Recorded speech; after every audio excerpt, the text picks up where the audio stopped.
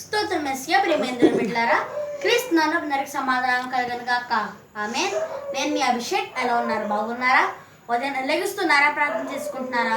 వాక్యాన్ని ధ్యానించుకుంటున్నాను అడుగుతున్నాను. ఒకవేళ ఇంకా ఎవరైనా ప్రార్థన చేసుకోకపోతే ఉన్న పాటను మోకరించి ప్రార్థన చేసుకొని వాక్యం ధ్యానించుకోవాలని తెలియజేస్తున్నాను బిడ్డలారా. తద్వారా దేవుడు మీతో మాట్లాడి మమ్మల్ని ఆశ్రయించి విశ్వాసంలో ఆత్మీయంలో మరింత బలపరుస్తారని తెలియజేస్తూ ప్రతిదినము దేవుని వాగ్దానం అనే ఈ ఆత్మీయ చక్కటి కార్యక్రమంలో వాగ్దానం చదువుతున్నాను. తాను వెళ్ళిన చోటల్లా అతడు జయం పొందాను.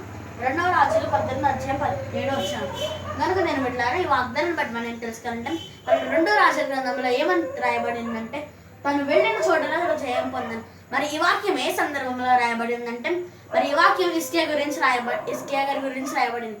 మరి ఇస్కియా గారు దేవునికి హత్తుకొని ఉండి దేవునికి విరుద్ధమైన వాటిని, ఇష్టం లేని వాటిని మరి తొలగించి దేవునికి హత్తుకుని వారు ఉన్నాడు కనుక మరి అతను ఏ చోటికి వెళ్ళినా ఎక్కడికి వెళ్ళినా కూడా అతను జయం పొందారు. మరి ఈ దినం మనం ఆ వాగ్దానం చదువుతున్నాం కనుక మనం కూడా మరి దేవునికి హత్తుకుని వారుగా ఉండాలని, మరి ఆయన విధులను కట్టడలను ఆజ్ఞలను గైకొని వారిగా ఉండి దేవుని హత్తుకుని వారిగా ఉంటే మనం కూడా ఏ చోటికి వెళ్ళినా ఎక్కడికి వెళ్ళినా కూడా మనం జయం పొందామని తెలియజేస్తుంది వింటారా.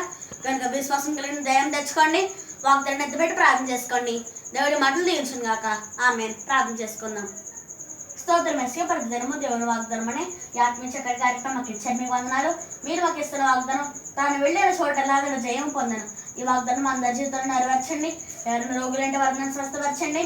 ఏదైనా ఎవరైతే పుట్టినరోజులు పిల్లలు జరిపించుకుంటున్నారో వారందరూ ఆశ్రయించండి. అనేకమైన పుట్టినరోజులు పిల్లలు జరిపించుకున్నా సాయించండి. ఎంతోమంది సేవకులను సంఘంలో ఉన్న వారందరినీ కాచి కాపాడండి, అభివృద్ధి వచ్చండి. మన అందరినీ సమాధానపరచండి. ఇస్రాయేల్ దేశం కోసం ప్రార్థిస్తున్న వారందరినీ కూడా సమాధానపరచండి. మా భారతదేశాన్ని రక్షించండి. యేసు నడుచున్నాం తండ్రి. ఆమేన్. కనుక దేని బిడ్డలారా, ఈ వాగ్దానం మీరు పొందుకున్నారు కనుక లైక్ చేయండి, షేర్ చేయండి, సబ్స్క్రైబ్ చేసుకోండి, మంచి మంచి కామెంట్స్ పెట్టండి. దేవుడు మిమ్మల్ని దీవించును గాక. ఆమేన్.